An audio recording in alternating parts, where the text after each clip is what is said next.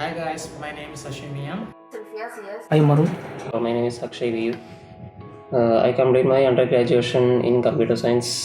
After that, I entered a training program in Python. എനിക്കൊരു വളരെ നല്ല എക്സ്പീരിയൻസ് ആണ് അവിടെ നിന്ന് കിട്ടിയത്. എസ്പെഷ്യലി ട്രെയിനേഴ്സിൻ്റെ ഭാഗത്തു നിന്ന് നല്ലൊരു സപ്പോർട്ട് ഉണ്ടായിരുന്നു. നമ്മുടെ എന്ത് ഡൗട്ട്സ് അവർ ക്ലിയർ ചെയ്യുന്നുണ്ട്.